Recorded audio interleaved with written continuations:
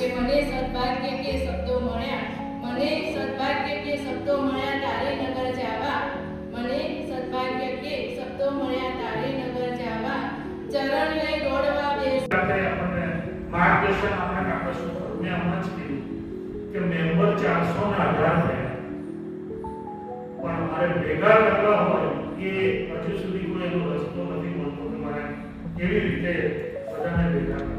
કાલે રાત સુધીમાં એટલા બધા મેસેજો આવ્યા કે અમે મિસ કરીશું, નહીં આવી શકીએ, આમ થશે, એટલે છતાંય આપણી સાથે સતત જોડાયેલા છે.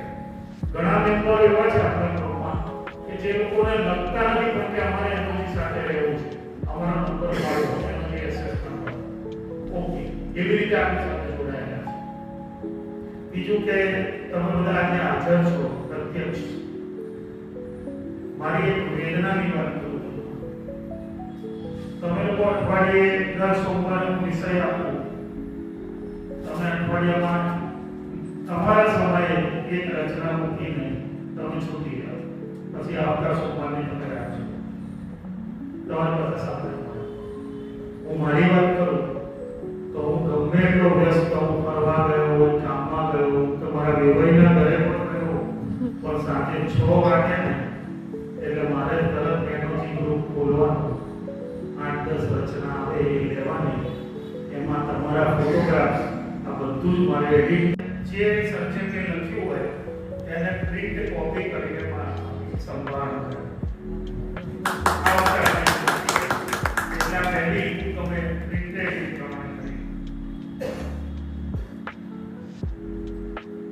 બીજી તમને વાત કરું તો જનરલ નિયમો રોજ આપણે લખતા જોઈએ છીએ અને તમે બધા એ પ્રમાણે વાંચતો હો છો, પણ તમારે એટલું ધ્યાન રાખવું NOG SS number, news of Gandhinagar સાહિત્ય સંહિતા નંબર તમારો છે. પહેલો નંબર, પછી એનો પ્રકાર, ગદ્ય કે પદ્ય, શીર્ષક, વિષય અને શબ્દની સંખ્યા.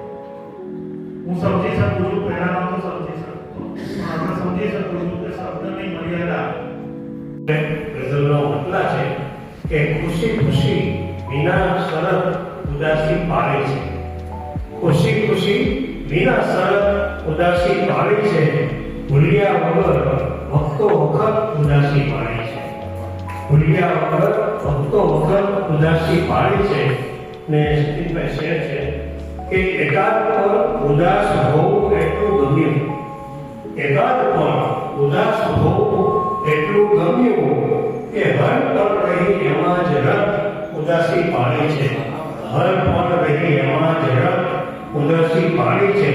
ને શેર છે ગરીબભાઈ કે બીજો કશોય શોખ ક્યાં રાખ્યો હતો અમે, બીજો કશોય શોખ ક્યાં રાખ્યો હતો અમે, બસ કેળવી છે એક લત ઉદાસી પાળી છે, બસ કેળવી છે એક લત ઉદાસી પાળી છે.